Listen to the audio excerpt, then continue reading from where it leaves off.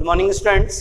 बेटा आज हम ह्यूमन रिप्रोडक्शन का नेक्स्ट लेक्चर डिस्कस करेंगे और इसके अंदर हम डिस्कस करेंगे मेंस्ट्रुअल साइकिल। क्या करेंगे बेटा? मेंस्ट्रुअल साइकिल बहुत इंपॉर्टेंट टॉपिक है, आप समझने की कोशिश कीजिएगा, समझ में आएगा।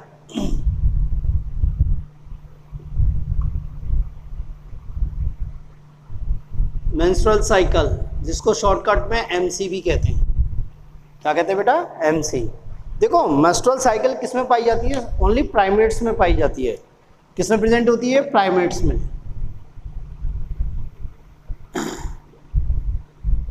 Primates means app, monkey and human. ठीक है बेटा। मेंस्ट्रुअल साइकिल किस में पाई जाती है? एप मतलब कपी, gorilla, chimpanzee, monkey and human में। किसमें? ह्यूमन में। होती क्या है menstrual cycle? Actually menstrual cycle के ड्यूरिंग क्या होता है, ओवेरी और यूट्रस में साइक्लिक चेंजेस होते हैं। ओवेरी और यूट्रस में क्या होते हैं बेटा? साइक्लिक चेंजेस होते हैं। और इन्हीं साइक्लिक चेंजों को क्या बोलते हैं? Menstrual cycle. क्या बोलते हैं बेटा? Menstrual cycle. और ये जो साइक्लिक चेंजेस होते हैं ये ईच मंथ होते हैं, मतलब ईच 28 डेज में होते हैं। ईच 28 डेज में होते हैं। तो हम क्या कर सकते हैं, मेंस्ट्रुअल साइकिल का ड्यूरेशन कितना होता है? 28 डेज। कितना होता है बेटा? 28 डेज। जो फर्स्ट एमसी होती है, फर्स्ट एमसी, उसको क्या बोलते हैं? मिनार्की।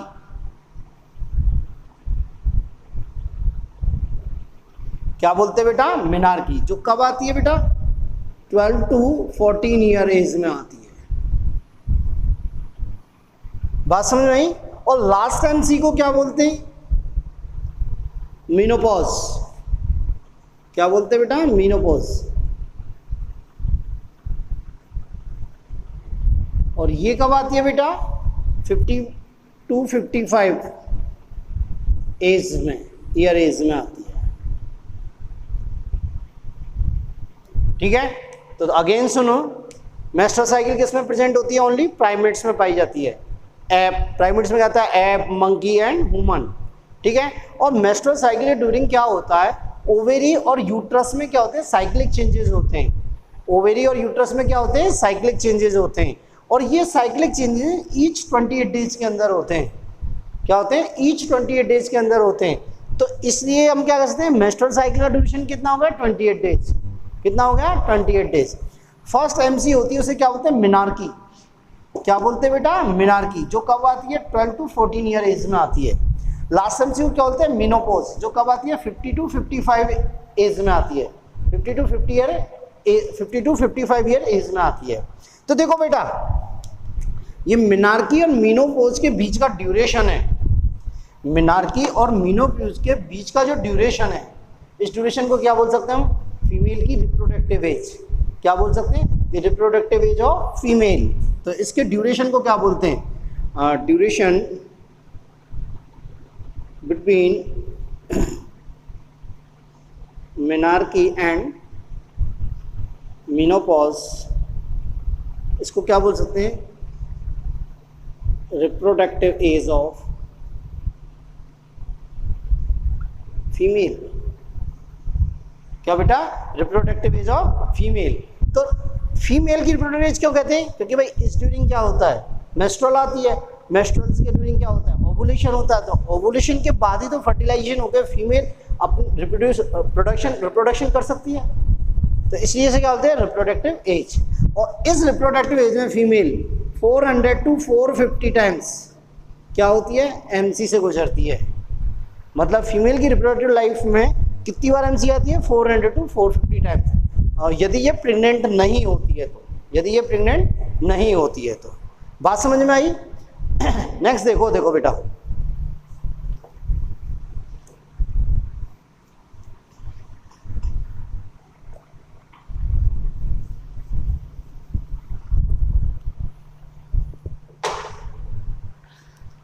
देखो बेटा मेंस्ट्रुअल साइकिल के दौरान क्या होगा।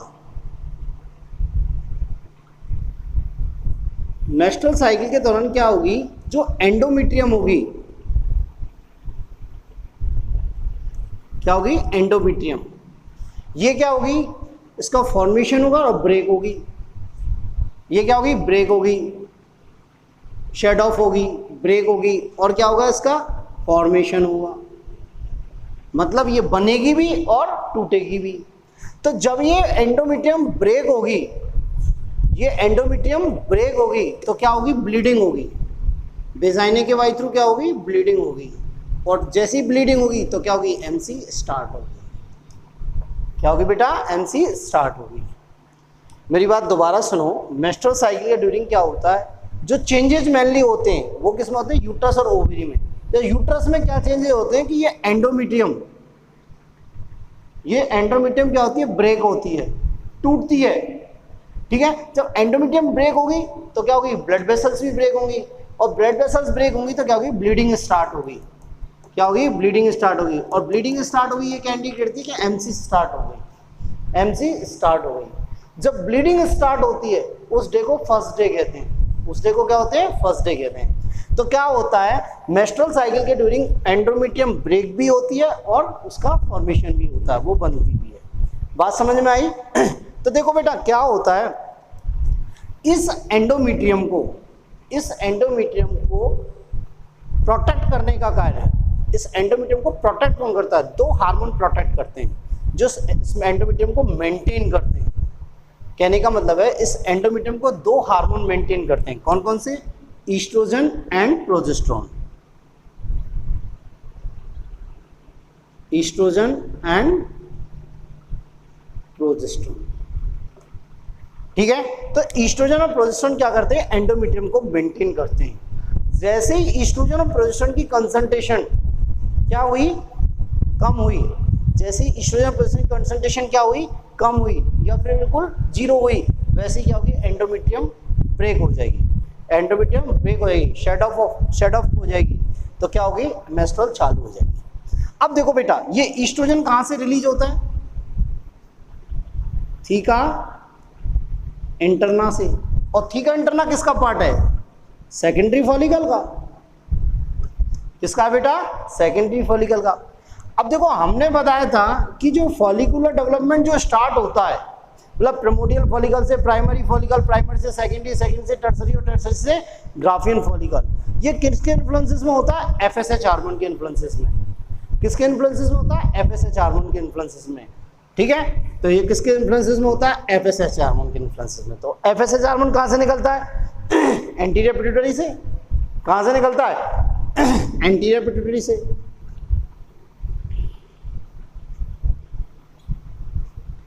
किससे निकलता है? एंटीरियर पिट्यूटरी से। बात समझ में आई? प्रोजेस्टेरोन कहां से रिलीज होता है? कार्पस लुटियम से। प्रोजेस्टेरोन कहां से निकलता है? कार्पस लुटियम से। बात समझ में आई? कार्पस लुटियम प्रोजेस्टेरोन बनता है। अब कार्पस लुटियम कैसे बनती है? होता क्या है, जब ग्राफियन फॉलिकल रैप्चर होती है 14th डेज, एमसी के 14th डेज पर जब ग्राफियन फॉलिकल रैप्चर होती है, सेकेंडरी ओसाइट क्या हो जाती है? रिलीज हो जाती है। सेकेंडरी ओसाइट रिलीज हो जाती है, और remaining part of Graafian follicle क्या कहलाता है? Corpus luteum. क्या कहलाता है? Corpus luteum. बात समझ में आई? तो क्या हुआ, Graafian follicle on 14th days menstrual, ये क्या हुई? रैप्चर हुई। क्या हुई बेटा? रैप्चर हुई। तो क्या हुआ? सेकेंडरी ओसाइट तो क्या हो गई? रिलीज हो गई।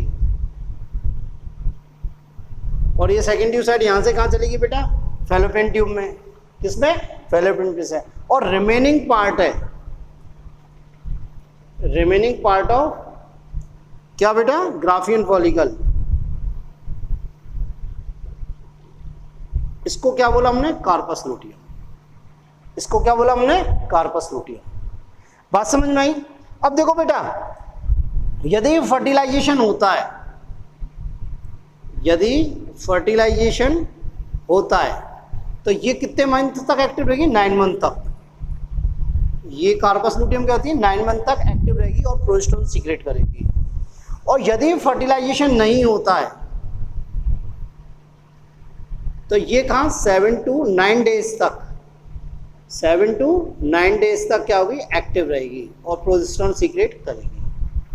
आफ्टर देन क्या होगा, इस कार्पस लूटियम में आफ्टर 7 to 9 डेज इसमें क्या होगा, फाइब्रस का डिपोजिशन हो जाएगा और ये किसमें कन्वर्ट हो जाएगी, कार्पस एल्विगेंस में, कार्पस एल्विगेंस में। तो जब कार्पस एल्विगेंस में चेंज हो जाएगी तो उसके बाद ये प्रोजेस्टेरोन सीक्रेट नहीं करेगी, प्रोजेस्टेरोन सीक्रेट नहीं करेगी। मेरी बात दोबारा सुन लो, मेंस्ट्रुअल साइकिल के ड्यूरिंग क्या होता है, यूट्रस में एंडोमेट्रियम ब्रेक होती है। जब एंडोमेट्रियम ब्रेक होती है तो क्या होगी, ब्लड वेसल्स भी ब्रेक होती हैं, तो ब्लीडिंग स्टार्ट होती है और ब्लीडिंग स्टार्ट इंडिकेट करती है एमसी स्टार्ट हो गई। जिस दिन ब्लीडिंग स्टार्ट होती है उसे फर्स्ट डे बोलते हैं। क्या बोलते हैं, first day of menstrual cycle. ठीक है, बात समझ में आई। नेक्स्ट क्या होता है, जब एंडोमेट्रियम ब्रेक होगी अब एंडोमेट्रियम का फॉर्मेशन भी होगा। क्या होगा, फॉर्मेशन।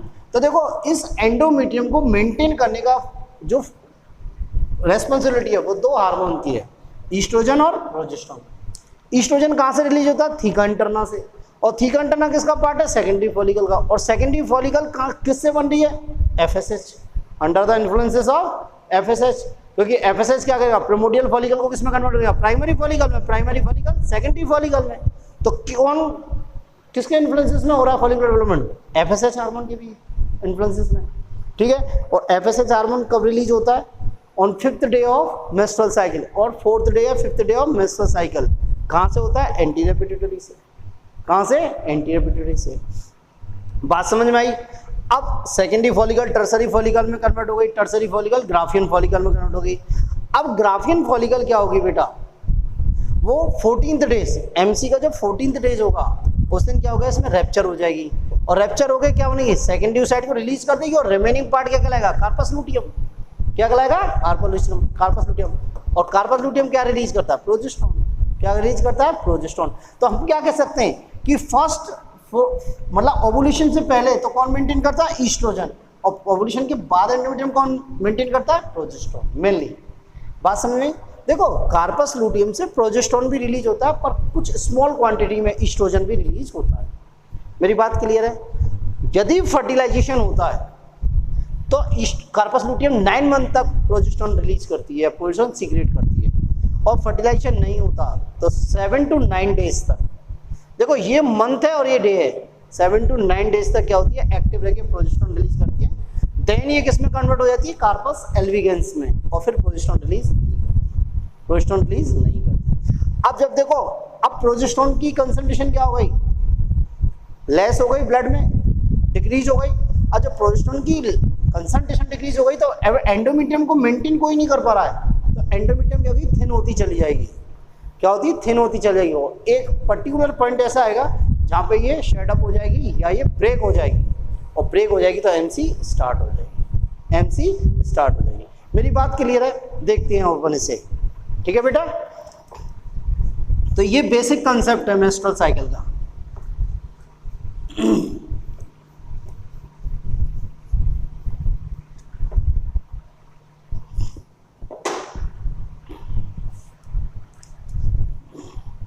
तो मेंस्ट्रुअल साइकिल को 4 फेजों में डिवाइड किया गया है। कितने फेजों में, 4 फेजों में। यहां देखते हैं नीचे।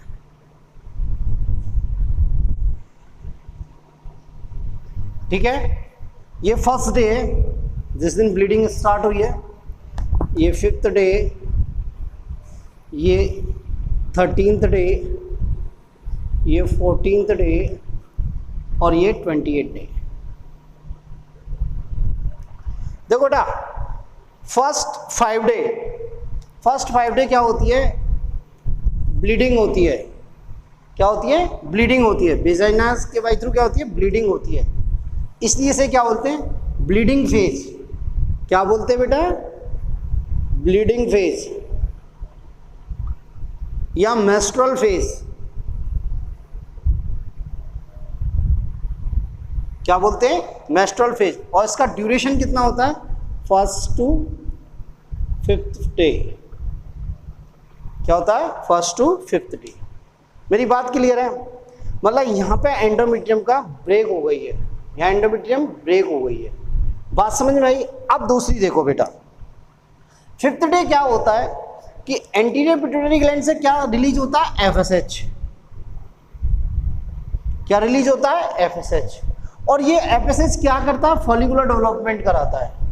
ये किसको इंड्यूस करता है, फॉलिकुलर डेवलपमेंट को।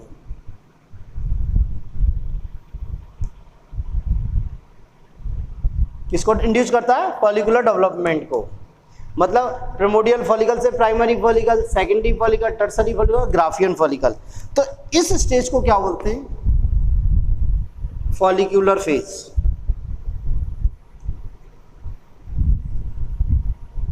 क्या बोलते हैं बेटा, फॉलिक्यूलर फेज।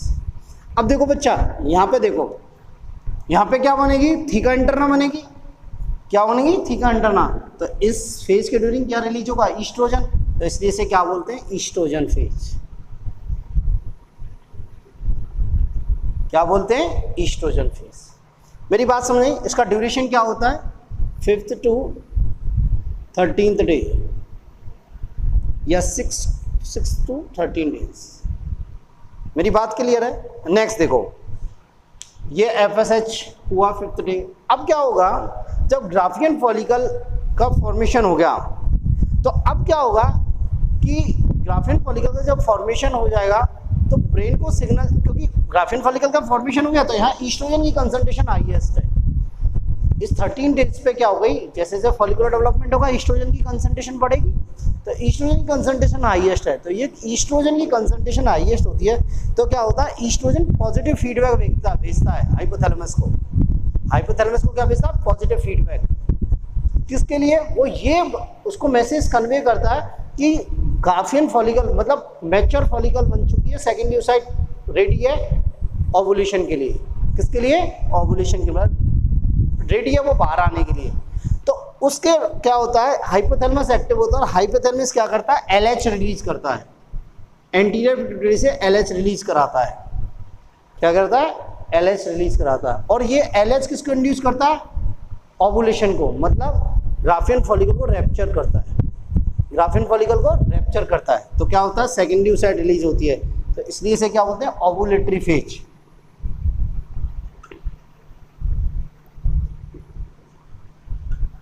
क्या बोलते हैं, ओवुलेटरी फेज। तो ये कौन सी होगी, 14th डेज पर। अब देखो बेटा, ये फॉलिकुलर फेज है ना, ये क्या है, ओवुलेटरी फेज से पहले की है, तो इसे और क्या बोलते हैं, प्री ओवुलेटरी फेज। क्या बोलते हैं बेटा, प्री ओवुलेटरी फेज। मेरी बात समझ में आई।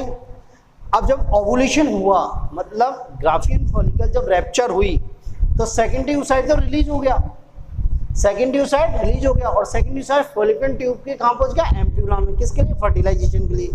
बाकी जो रिमेनिंग स्ट्रक्चर है वो क्या कहलाए, कॉर्पस लूटियम। तो यहाँ क्या, किसका फॉर्मेशन हुआ, कॉर्पस लूटियम का। किसका फॉर्मेशन हुआ, कॉर्पस लूटियम का। बात समझ में आई। तो कॉर्पस लूटियम ने क्या कही, क्या करती है कॉर्पस लूटियम, एंडोमीट्रियम को क्या बनाती है, सीक्रेटरी बना देती है। एंडोमीट्रियम को क्या बनाती है, सीक्रेटरी बना देती है। तो इसलिए इसे क्या बोलते हैं, सीक्रेटरी फेज। क्या बोलते हैं, सीक्रेटरी फेज, सीक्रेटरी या ल्यूटियल। ठीक है। तो ये कब तक की होती है, 14 to 28 डेज। सेकेंड थिंग क्या हुआ, ये ओवुलेशन से पहले और ये ओवुलेशन के बाद है, तो इसे क्या होते हैं, पोस्ट ओवुलेटरी फेज भी बोलते हैं।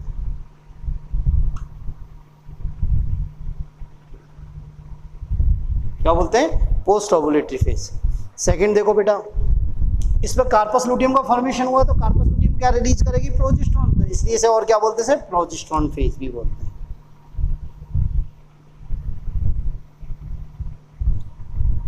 क्या बोलते हैं, प्रोजेस्टेरॉन फेज। तो हमने मेस्ट्रुअल साइकिल को 4 फेजों में डिवाइड कर लिया है। Bleeding phase 1st day to 5th day, follicular phase 6th day to 13th days, ovulatory phase 14th days, secretory phase या post ovulatory phase 14th to 28 days. बात समझ में आई। तो नेक्स्ट देखते हैं। देखो इस फेज के ड्यूरिंग क्या हुआ। देखो बेटा, इस फेज के ड्यूरिंग यदि हम देखें,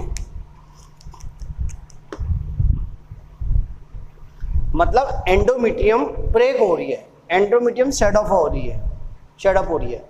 अब क्यों हो रही है एंडोमीट्रियम, एंडोमीट्रियम ब्रेक क्यों हो रही है, क्योंकि इस फेज के ड्यूरिंग ईस्ट्रोजन और प्रोजेस्टेरोन की कंसंट्रेशन क्या हो गई, लो। ईस्ट्रोजन और प्रोजेस्टेरोन की कंसंट्रेशन क्या हो गई, लो। ईस्ट्रोजन और प्रोजेस्टेरोन की कंसंट्रेशन क्या हो गई, लो। जब ईस्ट्रोजन और प्रोजेस्टेरोन की कंसंट्रेशन लो हो गई तो क्या होगा बेटा, एंडोमेट्रियम क्या हो गई, थिन। एंडोमेट्रियम क्या हो गई, थिन। और एंडोमेट्रियम थिन हो गई तो क्या हो गई, एंडोमेट्रियम ब्रेक हो गई। एंडोमेट्रियम ब्रेक हो गई,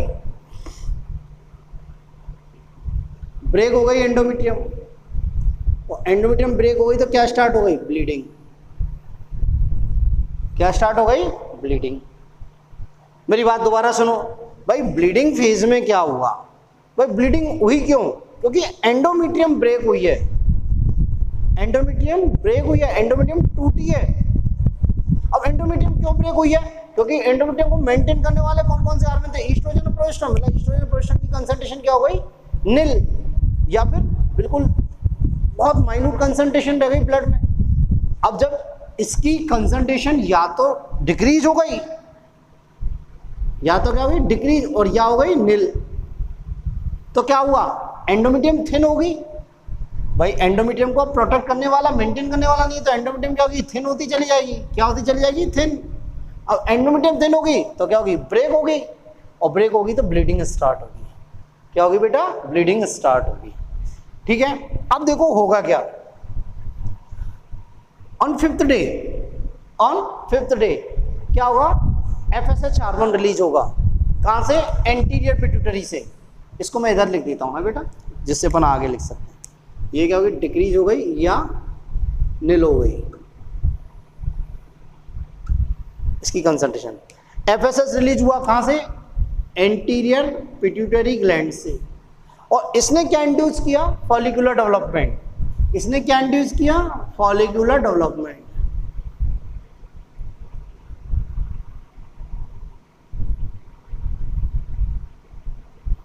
जब फॉलिकुलर डेवलपमेंट किया तो क्या हो गई, प्रिमोडियल फॉलिकल किसमें कन्वर्ट हुई, प्राइमरी में, प्राइमरी सेकेंडरी में, सेकेंडरी टर्सरी में, और टर्सरी मैच्योर फॉलिकल में।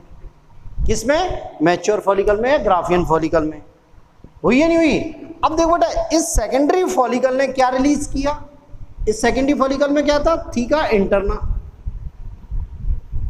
क्या था, थीका इंटरना। और इस थीका इंटरना ने क्या स्रावित किया, ईस्ट्रोजन। क्या रिलीज किया बेटा, ईस्ट्रोजन।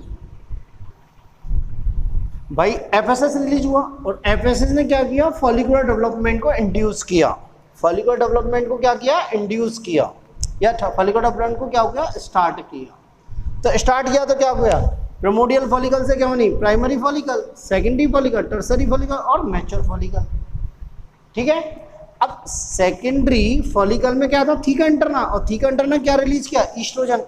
अब ये ईस्ट्रोजन क्या करता है, इस एंडोमेट्रियम में माइटोसिस को इंड्यूस करता है। एंडोमेट्रियम में क्या करता है, माइटोसिस।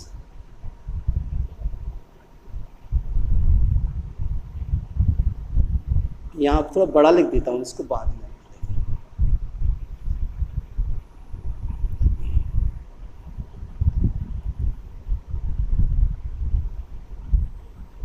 एंडोमेट्रियम में माइटोसिस को इंड्यूस किया, और ब्लड वेसल्स की क्या की, रिपेयरिंग की। ब्लड वेसल्स की क्या की, रिपेयरिंग। जो ब्लड वेसल्स का ब्रेकिंग हुई, जो ब्लड वेसल्स ब्रेक हुई किसके ड्यूरिंग, इस ब्लीडिंग फेज के, उनकी क्या कही इसने, रिपेयरिंग की। तो अब क्या हुआ, एंडोमेट्रियम का फॉर्मेशन स्टार्ट हो गया। एंडोमेट्रियम का फॉर्मेशन स्टार्ट हो गया। अब देखो बेटा, अपन जैसे प्राइमरी प्रिमोडियल फॉलिकल से मैच्योर फॉलिकल की तरफ मूव करेंगे, वैसे वैसे क्या होगा, ईस्ट्रोजन की कंसंट्रेशन बढ़ेगी। वैसे वैसे क्या करेगी, ईस्ट्रोजन की कंसंट्रेशन बढ़ेगी, और ईस्ट्रोजन की कंसंट्रेशन बढ़ेगी तो एंडोमेट्रियम की थिकनेस भी बढ़ेगी। एंडोमेट्रियम की थिकनेस भी बढ़ेगी। बढ़ेगी नहीं बढ़ेगी बेटा, मेरी बात दोबारा सुनो भाई। फिफ्थ डे FSH रिलीज हुआ एंटीरियर पिट्यूटरी ग्लैंड से, और इसने क्या, फॉलिकुलर डेवलपमेंट स्टार्ट किया। जब फॉलिकुलर डेवलपमेंट स्टार्ट किया तो प्रिमोडियल फॉलिकल प्राइमरी फॉलिकल में, प्राइमरी फॉलिकल सेकेंडरी में, सेकेंडरी टर्सरी में, टर्सरी मैच्योर फॉलिकल में कन्वर्ट हुई। तो इस सेकेंडरी फॉलिकल में क्या, थीका इंटरना। इस थीका इंटरना ने क्या रिलीज किया, ईस्ट्रोजन। और ईस्ट्रोजन ने क्या किया, एंडोमीट्रियम में माइटोसिस को इंड्यूस किया, एंडोमीट्रियम में माइटोसिस को इंड्यूस किया। और क्या किया, जो ब्लड वेसल्स थी, डैमेज ब्लड वेसल्स थी, उनकी रिपेयरिंग की। रिपेयरिंग की तो क्या हुई, एंडोमीट्रियम बनना स्टार्ट हुई, एंडोमीट्रियम का फॉर्मेशन स्टार्ट हुआ। अब देखो अपन इधर से इधर जाएंगे, मतलब 5th डे से 6th day, 7th day, 8th day, 9th day, 20th day, जैसे जैसे बढ़ेंगे वैसे वैसे ईस्ट्रोजन की कंसंट्रेशन बढ़ती जाएगी मेरे बच्चों। ईस्ट्रोजन की कंसंट्रेशन क्या बढ़ेगी, बढ़ेगी। जब ईस्ट्रोजन की कंसंट्रेशन बढ़ेगी तो एंडोमीट्रियम की थिकनेस भी तो बढ़ेगी। मेरी बात क्लियर है। ऑन 13th डेज यहाँ क्या है, मैच्योर ग्राफियन फॉलिकल बन गई है। इस 13th डे पे क्या बन गई है, मैच्योर ग्राफियन फॉलिकल बन गई है। इधर मैच्योर ग्राफियन फॉलिकल बन गई है।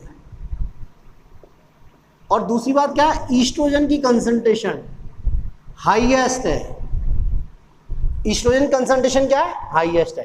तो ये ईस्ट्रोजन क्या भेजेगा, पॉजिटिव फीडबैक भेजेगा। क्या भेजेगा, पॉजिटिव फीडबैक, किसको, हाइपोथैलेमस को। और ये हाइपोथैलेमस किस पे काम करेगा, एंटीरियर पिट्यूटरी पे। किस पे काम करेगा, एंटीरियर पिट्यूटरी पे। और ये एंटीरियर पिट्यूटरी से क्या रिलीज कराएगा, LH हार्मोन। क्या कराएगा, LH हार्मोन। और ये LH हार्मोन क्या करेगा, on 14th days, on 14th days क्या कराएगा, ग्राफियन फॉलिकल को रैप्चर कराएगा। ग्राफियन फॉलिकल को क्या करेगा, रैप्चर करेगा, मतलब ये ओवुलेशन कराएगा by rupturing mature Graafian follicle. बात मेरी समझ में आई।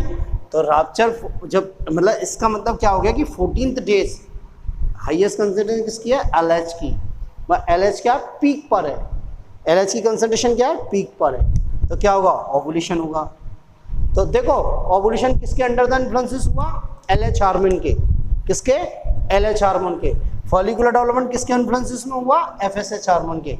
तो एक बात हम क्या कह सकते हैं कि फॉलिकुलर फेज, इसमें कौन कौन से हार्मोन इन्वॉल्व है, FSH और ईस्ट्रोजन। FSH और ईस्ट्रोजन। ऑन 14 डेज कौन सा हार्मोन रेस्पॉन्सिबल है ओवुलेशन के लिए, LH हार्मोन। कौन है, LH हार्मोन। बात समझ में आई। तो ओवुलेशन हो गया, ओवुलेशन के क्या बन गई, यहाँ पे क्या बन गई, कॉर्पस लूटियम का फॉर्मेशन हुआ। यहाँ पे क्या हो गया, कॉर्पस लूटियम का फॉर्मेशन हो गया। ठीक है। अब कॉर्पस लूटियम ने क्या किया, प्रोजेस्टेरोन रिलीज किया। क्या रिलीज किया, प्रोजेस्टेरोन। मतलब एंडोमीट्रियम को यहां तक मेंटेन तो किस किया, ईस्ट्रोजन ने। अब इसके बाद एंडोमीट्रियम को मेंटेन करने का काम किसका, प्रोजेस्टेरोन का। ये प्रोजेस्टेरोन क्या करेगा, एंडोमीट्रियम में कुछ चेंजेस करेगा। क्या करेगा, ये एंडोमीट्रियम को सीक्रेटरी बना देगा। क्या कर देगा, सीक्रेटरी कर देगा। और क्या कर देगा, उसको सीक्रेटरी कर देगा, जिससे क्या होगा, यूट्राइन मिल्कस रिलीज होगा। क्या होगा, यूट्राइन मिल्क। तो ये क्या करेगा, एंडोमीट्रियम को सीक्रेटरी बना देगा, और जिससे क्या होगा, यूटेराइन मिल्क रिलीज होगा। क्या होगा, यूटेराइन मिल्क रिलीज होगा। अब एंडोमीट्रियम किसके लिए रेडी है, इम्प्लांटेशन के लिए। एंडोमीट्रियम किसके लिए रेडी है, इम्प्लांटेशन के लिए। बात मेरी समझ में आई। दूसरी बात और क्या होती है, देखो ये प्रोजेस्टेरोन एंडोमीट्रियम को सीक्रेटरी बनाता है। दूसरा क्या करता है, ये क्या करता है, ये ब्लड वेसल्स है ना, जिसकी रिपेयरिंग हुई है। अब ब्लड वेसल्स का फॉर्मेशन बढ़ जाता है, ब्लड वेसल्स का फॉर्मेशन बढ़ जाता है। बात मेरी समझ में, मतलब एरिथ्रोजेनेसिस हो जाता है, या उसको बोलते हैं